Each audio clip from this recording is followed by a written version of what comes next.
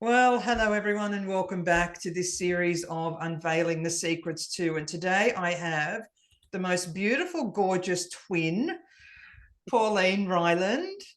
And I first met Pauline, how many years ago did we do that tantric training? I can't remember. It was like 10, 12 years ago at least. Yeah, at least. Yeah, at least that. And yeah, so Pauline, Intimacy Whisperer, works as an intimacy, sex, and libido coach and educator. She's a certified somatic sexological body worker, tantric teacher and practitioner, and a master trainer and practitioner of NLP. And she's also is it havening techniques? Havening? Havening. I'm so interested to hear more about that. Yeah, she's also a havening techniques trauma specialist. So, Pauline, welcome. Thank you. So good to see you I after all these know. years. Good to Awesome. see you again. It's been a long time. So I'm going to hand over to you, please, for those who don't know who you are, for the new audience coming on board. Who are you? What do you do? And I'm really fascinated to find out what led you down the path of sexuality. Okay, where do I start? So hello everyone, I'm Pauline Ryeland, Intimacy Whisperer, and I work with individuals and or couples around anything to do with challenges around intimacy, sex, libido, relationships, and pretty much anything and everything in between. So it's quite wide and varied what I do. Do you want me to say the areas of where I specialise in? Whatever you want to, yeah. Yeah, so I work with women around loss of libido. I do call myself a libido specialist. Loss of libido, not able to orgasm or only orgasming sometimes, because it's like, well, if they can orgasm sometimes, what's happening the other times?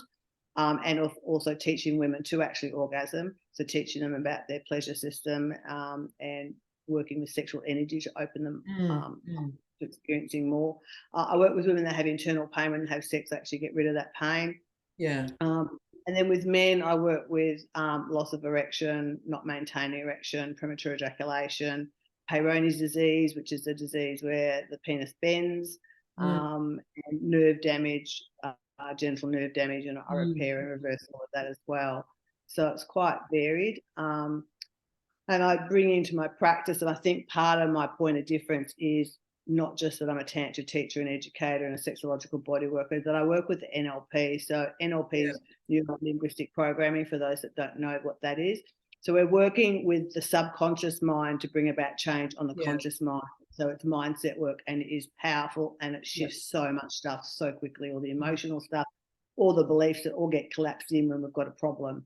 So I bring all that in, and then I've got the havening for trauma as well, which is phenomenal. Brilliant. So it's not just about sexuality and performance. It's such a holistic approach that you take. Yeah. It's like a great example would be yesterday, I had a lady referred to me, and I think they went to see a friend of mine who's a psychologist, and he said, oh, you need to go and see Pauline, because it was a sex thing came up. And they've been married 20 years, young from a young age, and she suddenly has said to him, I don't think I've ever been sexually attracted to you, and I'm not sexually attracted to you. So his world's collapsed. And then my friend said, you need to go and see Pauline. And so what I uncovered from that session was that was actually not the case, but the things that have led to it.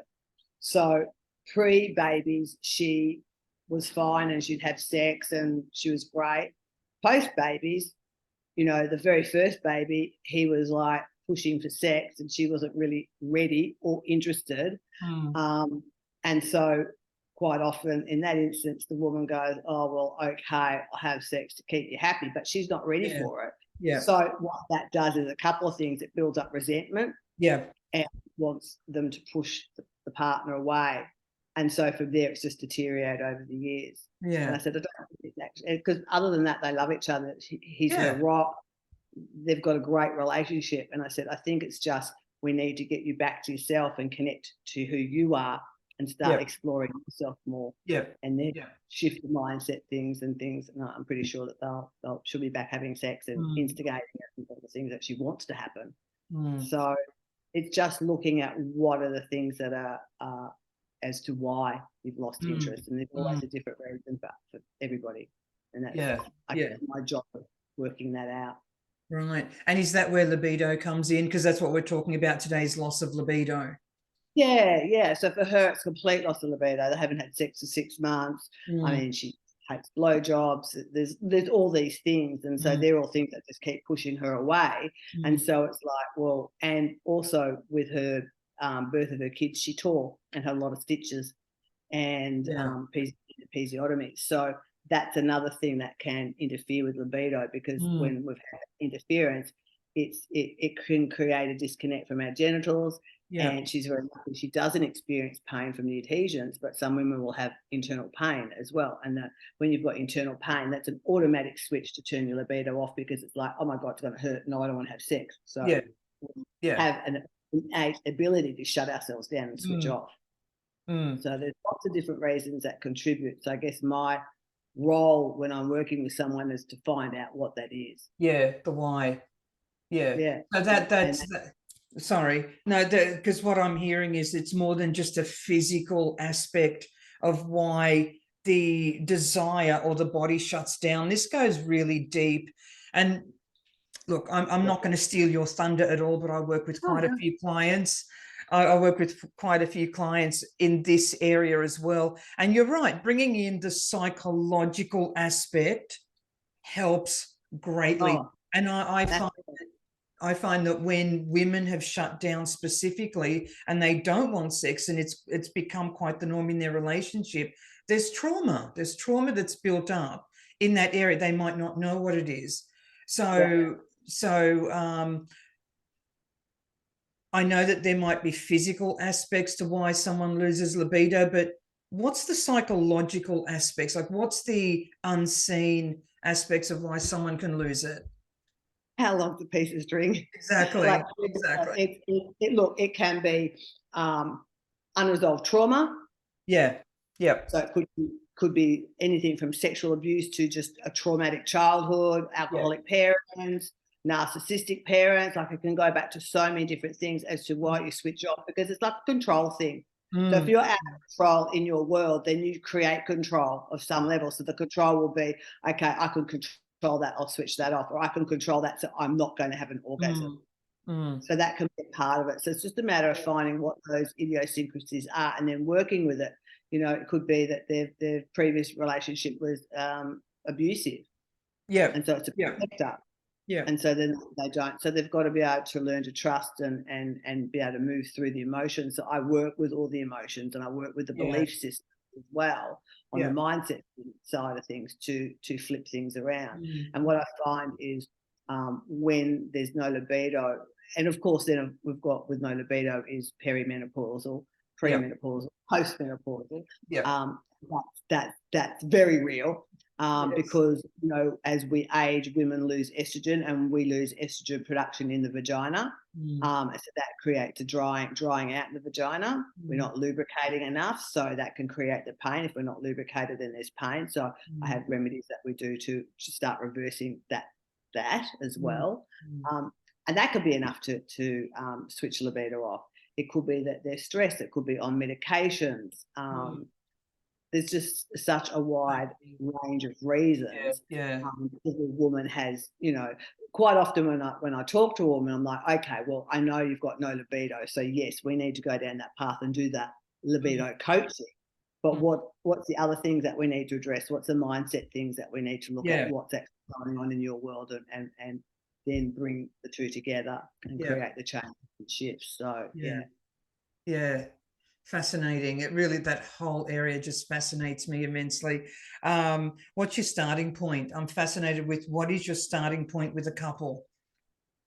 Well, actually, I see a lot of individual people more than couples together. And sometimes I see one person in the relationship. I don't always see both, but sometimes they'll both come to me together, and then we look at the problem, and 9 times out of 10 I'm just working with one of them. But you know, like with this woman, she came to me on her own because she didn't want to go over the fact that she's not sexually turned on by her husband anymore, because he's just so wounded. So I sort of said, well, let's start doing some work, and it probably would be, well, I'd like him to come in for a session, a tantric session of connecting. But I also think he'd benefit from having a one-on-one with me, so I can see what's going on with him, with his hurt, his pain around all of that, deal with those things so that they're not things that he hangs on to, so he can actually really fully forgive and then bring them together. And she said that's probably a really good idea. So everyone's a little bit different. I always work with them separately, because everyone's their own crap. But once we start clearing out those things and they become release those problems and start becoming more empowered and confident in who they are, then I'll bring them together for a session together of connection and that sort of stuff. Okay, interesting. Because when I'm working with couples, and I work with the senior generation, and I find that the males are still eager to go, and the females, they've done, you know, the child rearing, they've had the kids, they've built the house, they've looked after the home, the kids have left home, they've got an empty nest, they've gone through menopause, and that's it for them. It's like they look at their husband one day and go, I've done my job, that's it. And they settle into the norm, and that becomes normal for them. So my question to you is, why is it important on a physical and psychological level for these couples to work through their libido issues or their no sex issues? Why is that important? Why can't they just live out the rest of their days just happy in their own little new normal? Because I don't believe that they really are happy. I believe that they're just squashing the emotions down and burying it. So when you squash your emotions down and bury it, guess what? Later on down the track, a couple of years later, it's going to turn around and bite you on the bum. And so sickness and other things happen. And it's really important to keep that sexual energy, that flow moving, because as you know, sex is energy. And that energy gives us life. It's our life force. So if we're not using it, then we're not using our creativity and having that flow move, and it's healthy. And you know, too often relationships do settle into that norm, and they think that that's the norm. I've just married, he's just my best mate now. Well, if you're your best mate, then why are you still living together? Why are you still doing all the things that you do? And you're doing everything as a couple, but you're not actually having sex, because sex and intimacy is one of the big communication, intimacy. I always say, without great connection, you can't have great communication. You can't have that really deep intimacy, and without that deep intimacy, you can't have that deep sexual connection, which can take you to higher places. And you know, I often say, you know, you can have amazing chemistry on a one-night stand and have amazing sex on a one-night stand, or someone that you know on a very base level, but that's not sustainable. And what I teach is about having that sustainability. If you're in a relationship, then you can be able to dive into that deeper place with them and have that deeper connection with them, which builds all the intimacy and then the sexual connection. And there was a stat, I don't know how old the stat is now, but I used to quote it, that I think it was like something like 1 in 10 marriages or something are only having sex 10 times a year or something. Wow. Okay. Less than 10 times a year, which the so-called experts, whoever they were calling them sexless marriages. That was an actual stat. Can't remember the actual number, but it meant it was quite a high stat of people that are actually what we would class as sexless marriages. And I find it really interesting, because I do a lot of expos, and you know, I've got my whole signage up, and I go, oh, hey, how's your sex life? Oh no, I'm done with that. And they walk past, I go, really? Why? Come on, come and have a chat to me. Oh no. And they're like in horror. I agree. It blows my mind all the time when I get that response. I see it all the time, because we've got a very aging population down here. So one of the things I want to do to address it, and because I turned 60 this year, I feel like not only do I have the knowledge behind me, but now I have the age and the maturity to actually move forward with it. And that's to launch a program called Sex Over 60. Is how to help the seniors, I hate that word, how to help the senior generation in that reconnection process, in building intimacy again, because it's not, I feel like the intimacy factor is a huge factor in marriage. It's huge. And when you shut that down, in my opinion, the other legs don't work properly. Yeah, I agree, because everything, as we know, is connected. Yeah, exactly. Like you're chopping off one part of your aspect and being. Yeah. Because it has to fall over at some point. Yeah. it's so important, you Yeah. know, and not fall into the old paradigm, because that's what it is. It's an old It way is. of It's thinking, an old way of thinking. outdated way of being. Yeah. And come on, it's 2023. We are meant to be much more evolved sexually than what we actually are. We're not. Sometimes we're still in the dark ages. Yeah, I know. We've actually, I mean, the fact that we can't put the word sex into our advertising shows where we are. We're going backwards. Oh, yeah, I got shut down in LinkedIn for 2 or 3 months. Wow. I didn't really think about it and put a blog up that I'd written about orgasm. Wow. With orgasms. Yet on the other platforms I can do that. Yeah. So now I just filter those words now. Yeah. So I just don't get tripped up on any of the platforms, because if I share them on my business page or Instagram, I'll share LinkedIn as well. And it's like, I can't, I'm just doing bang, bang, bang. I don't want to filter. So I just filter it from the get-go now because of that. Yeah, that just shows you where we are. I think we've gone backwards. That's why I'm working with a marketing person to help me put together the content for this program, so I don't get shut down and kicked off all the platforms. And that just shows me this is now, sorry, I'm going to segue for a minute. I want to bring you back on board to talk about the effect of porn on the male brain. The reason why is we're being shut down all over the place if we use the words, you know, whatever it is, sex, vagina, what in our advertising, yet porn is at an all-time high. Yeah. Right. So yeah, I want to bring you back to talk about the physiological and psychological effects of how porn affects the brain. Well, it's like anything, it becomes an addiction. And unfortunately with porn, it's not real. They're acting. They're not really, you know, getting it on and loving it. They're just going through the motions. Yeah. If you're into energetics, they can read the energy between the people. You can see it plain as day. But they're just going through the paces. So it's all make believe and pretend. And fantasy can be healthy, but in the aspect of watching porn all the time, what happens is it creates massive disconnection. And for me, what I teach is about connection. The more connected you are to yourself, the more present you are with yourself, then the more connected and present you can be with a partner. And you're not looking, and you're not in that space of having sex from the ticking off the boxes.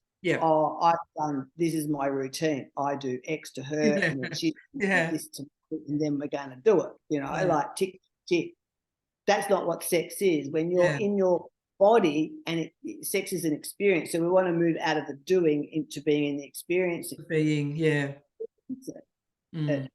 So you can just be in the flow, and then it's all of a sudden, oh, I've got a penis in my face. Oh, okay, you know, and then you carry on. It's not like you plan to do that. It's just where you've ended up, because you're just morphing and touching and kissing and connecting, and that's what sex is. And when we do this fixed route, it means we're becoming armored in our bodies, and therefore we're becoming armored in our feelings and our responses and how we behave in sex. Because we go down that fixed route. It's like, you know, when you self-pleasure for female or male, we have our habit of how we do it. So I want to challenge the audience, do it differently. And how that feels, because it will feel a bit foreign and weird, because we're used to getting the toys out, or we're used to putting the porn on, or we're used to doing it a certain way. That's our armored way. So when you can change that up, it opens up the pathways in your body and creates new experiences.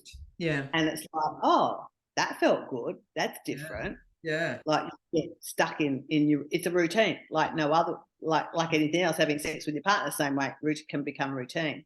That's right. So we want to open up that sexual energy and start getting the energy moving. Porn is very detrimental, because you know, it's unhealthy. I've worked with men, like example, I had a guy who was doing FIFO, and he'd go back to his donga every night, bored, so he'd watch porn and either masturbate or not.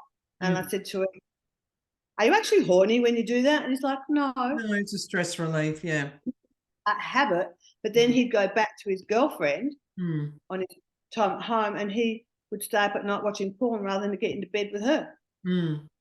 just beside herself. Like, how can he be away from me for 2 weeks or something and sit up and watch porn and not want to actually sit with me and have sex with me? Yeah. Because it's a habit and it's a routine. It's not a healthy one. Correct. Look, we're getting almost to the end of our time together, and there's so much more to unpack. This isn't just a simple topic to talk about. I really want to talk about your book. Do you talk about this in your book, and do you give people practical advice on how to counteract, or how to, what's the word? Is it building up their libido again? What terminology do you use? I suppose it's building up your libido. Look, the book's really my journey of how I got into this work, because it wasn't something I woke up with one day and went, oh, I want to be a sex therapist. Yeah. It was a journey. I didn't know it was a thing. And so I go through that journey and share my own personal experiences, and R-rated experiences are in the book that I share. And I go in and I talk about the different problems I work with and the types of modalities I use, and then I talk about consent and boundaries and sacred sexuality, all that sort of stuff. And throughout the book, there are different practices that you can do as an individual or as a couple for connecting and just creating more in your sexual experience. It's not all the secrets, but there's a fair amount in there. Beautiful. For sure. Yeah, like practical advice for people. So what's the name of your book? It's called Empowered Conscious Sexuality from Prude to Pleasure. Yep. Love it. People can buy it direct from my website, because they get a little present if they do that. So my website's just my name, paulineryeland.com. And I like wrapping them up all pretty and send them out with a little present. I think I might order a copy for myself as well, but I will be leaving all your socials and how people can get in contact with you once I launch this video, and on my YouTube channel as well. So people are going to be able to get in contact with you quite easily and quickly. And this work is so needed. At the end of the day, work is, because it's not just about the individual or the couple, the energy that's generated goes out into the planet. Yeah, 100%. I just want to quickly, before we finish, is just touch briefly on the trauma stuff that I do. Oh, please do. So that's really been such a huge add-on value to my clients. So I found out about this technique, and I decided to give it a go for myself around dental trauma, because I had very bad dental trauma as a child, and it got really re-triggered badly a couple of years ago at the dentist. And so I had the session, and so it's a psychosensory touch. This is one of the moves, and what it does is it calms the nervous system down, floods your system with oxytocin, dopamine, serotonin, all the happy hormones. And at the same time, when you're doing a talk therapy, it actually unlocks the flight, fight, freeze mode. So you can look back on the trauma with zero emotional charge. So I scored it a 10 out of 10, that being the worst case scenario. And at the end of that session, it was a 0. And in fact, at the end of the session, I was trying to find the trauma and I couldn't find it. Okay. I feel my brain tripping out. And then over the next few days, I would do this and say my little mantra that we created. And I was smiling at the thought about going to the dentist. And I'm like, who am I? What the hell's going on? I'm smiling about going to the dentist. It was amazing. And I said, I want to learn it. And so I would say nearly every client, not all, but higher level of clients, I will do a trauma session with them to start with. They've got sexual abuse, they've had some incident, a trauma, something in their childhood. So it means that they're functioning in that flight, fright, freeze mode, and we unlock that, and then it paves the way for doing the work. So it's just a massive, massive contribution, and it blows me away at the simplicity of it and how effective it is. Wow. So, wow, I'd love to talk to you more about that offline as well. Yeah, not a problem. I love talking to you, Pauline. I really do. I freaking love it. Thank you. I know, I have to stay in touch more often, not just for these. I mean, look, we're twinning. Look, we didn't even get the memo from each other. Both turn up in black with the red lippy on, and our hair colour the same. So yes, definitely twinning. The twinning day, I ran into a birthday twin at the shops just before as well. Haven't seen her for ages. Wow. Their twinning day. Yeah, amazing. So we need to expand on this topic. We really do. Sexuality. Trauma, how to release trauma before you have sex, all that sort of stuff. Yeah, and about, you know, moving into a conscious space and consciously having Yes. sex with someone in a conscious space and being energetically aligned with that person. Mm. Not just having sex because the connections and things. And this is classic for me right now. I've actually met someone, we've started dating, and it's very slow and very early days, but I'm sitting there going, you know, the connection's there, the chemistry's there, like, oh, yeah. But I'm like, I can walk away from all of that if we're not energetically aligned. And that's what I'm sitting with at the moment. I'm just feeling that that's probably not the case. Yeah. It's like, oh, God, damn it, here we go. But I won't compromise that. Yeah. So just the more questions and time, I'm not rushing into it before I decide whether I'm going to just say, see you later or take it further. Amazing. So it's that thing of being able to be conscious in your decisions and conscious about who you're having sex with and who you're connecting Absolutely. with. Yeah, absolutely. Yeah, I agree. Pauline, it's been an absolute delight and absolute pleasure. Thank you so much for coming on. And I will let you know when I launch this. Again, like I said, all your socials will be there, how people can get in contact with you. But thank you so much for the work that you're doing. So much needed. Thank you so much. Great to see you again. You too, my mate. Okay, talk to you. Bye. Okay. Done. We've got a couple of minutes left before this, because I haven't upgraded my Zoom subscription. I won't until I need to run bigger groups and what have you. This way, because I can talk about this forever, but I want to keep it succinct. Yeah. Thank you so much. That was fun. Yeah, you're welcome. It's always fun. I love talking. I've got I think it's an interview. I think I better be face made up in case she's recording, but I think it's an interview for a podcast in Canada. And then another one comes through as well from someone. So I'm like, okay. So I'm getting a few podcasts in, which is good. Get the word out. All the best. Seriously, I pray and I hope and I send you so many blessings that this pathway just opens up for you, because this work is so needed out there. I know it is. And it's, you know, I find I'm actually at a point at the moment, I'm feeling a bit of burnout with it. And I'm almost on the borderline of walking away from it, but I don't want to. Okay. But it's just that for me, it's the inconsistency. Maybe you need a holiday in Hobart for a bit. Well, maybe in summer I might. The only time I come down. You got a spare room at your place? Oh, well, yeah, sure. I mean, I've got a sofa bed that I don't tell anyone about, but sure, come on down. I would love to connect with you and really go How much fun would we have? Oh, we could do double tantric massages. We could. I mean, I've got that many clients. There's one other person here in Hobart that does tantric massage, and what I found out is she's actually a sex worker. She's hurt a lot of clients who then come to me. Oh my God. And I mean, she's done proper accreditation. I just don't understand why she took it. Yeah, why she took it to where she took it. Because I'm getting all the feedback from all these clients coming to me going, oh my God, you're so much better. And this girl did. And I went, oh, don't tell me. She lives in Moona, doesn't she? And they went, yeah, that's her. She's just doing so much damage out there. Maybe you need to have a conversation with her. No. I'll let her reach out to me if she wants to. Yeah, she takes it from, I don't even know what sort of massage she's doing, to actual sex. But then she says to them, I can have sex with you, but I'll charge you X amount more. Yeah, of course. So anyway, that's beside the point. Yeah, double tantric massage. We can advertise that.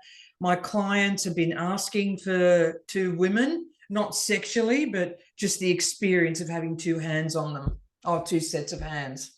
Yeah. Oh, maybe we'll talk a bit more about it. It'll be fun. So much fun.